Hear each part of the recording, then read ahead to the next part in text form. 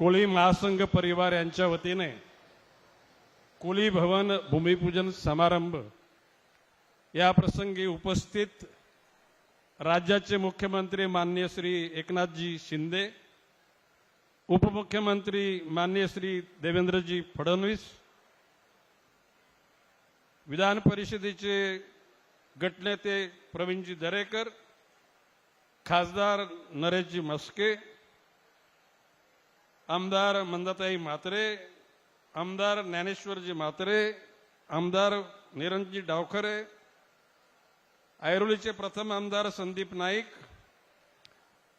माजी खासदार विनयजी शस्त्रबुद्धे, श्री रामचंद्रजी गरत, श्री शिवाजी पाटील, श्री प्रकाशजी बोबडी,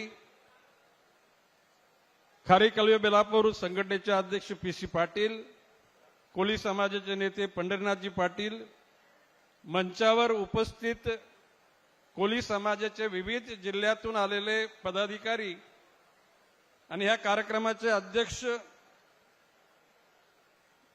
माननीय श्री रमेशजी पाटील, त्यांचे चिरंजीव चेतन पाटील, विशाल पाटील आणि जमलेल्या सर्व बंधू भगिनींनो, रमेश पाटलांचा उल्लेख करायला झाला तर नव्या मुंबईतला पहिला उद्योगपती म्हणून रमेश पाटलांचं नाव घ्यावं लागेल. फार कमी लोकांना माहित असेल की या रबाले इंडस्ट्रियल एरियामध्ये रमेश पाटलांनी ऑक्सिजनचा प्लांट टाकला होता. परंतु एकूण समाजाच्या करता काम करताना उद्योगपती म्हणून उद्योग करून जमणार नाही म्हणून रमेश पाटलांनी त्या उद्योगाकडे दुर्लक्ष केलं आणि कोळी समाजाची कोकण किनारपट्टी सोडाच, परंतु मल्हार कोळी, महादेव कोळी या सर्वच घटकांना महाराष्ट्राच्या कानाकोपऱ्यामध्ये संघटित करण्याचं काम रमेश पाटलांनी केलं. हा रमेश पाटलांनी स्वतःच्या जीवनातला केलेला त्याग आहे. रमेश पाटलांनी फार मुद्दे मांडले आणि ते सगळे मुद्दे निश्चितपणे योग्य आहेत. त्यामध्ये आमच्या प्रकल्पग्रस्त लोकांनी जमिनी केवढी किमतीने दिल्या त्याचा उल्लेख त्यांनी केला. गुरुचरणी, शिडकोनी घेतल्या, एमआयडीसीनी घेतल्या.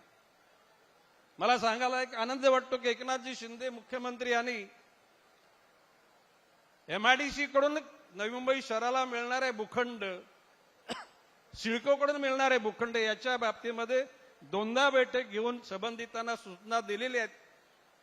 मिनिट्स ऑफ द मीटिंग या ठिकाणी तयार झालेलं आहे आणि तशा स्वरूपाच्या एमआयडीसी आणि सिडकोच्या अधिकाऱ्यांकडून या शहराला मिळणारे भूखंड मिळण्याकरता वातावरण तयार झालेलं आहे.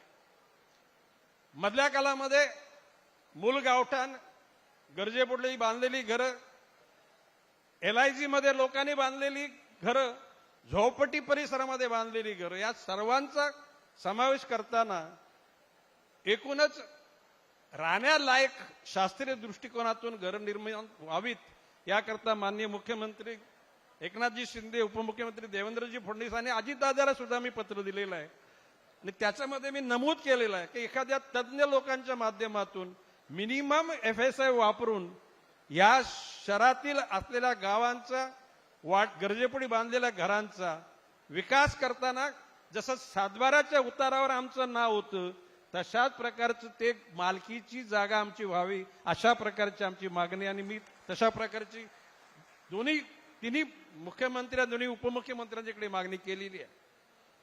एकूणच या प्रकल्पग्रस्तांचा होणारा कोंडमारा त्यांच्या जीवनाला भविष्यकाळामध्ये मिळणारी वाट ही सुलभ व्हावी याकरता त्या ठिकाणी निश्चितपणे ते प्रयत्नशील आहेत.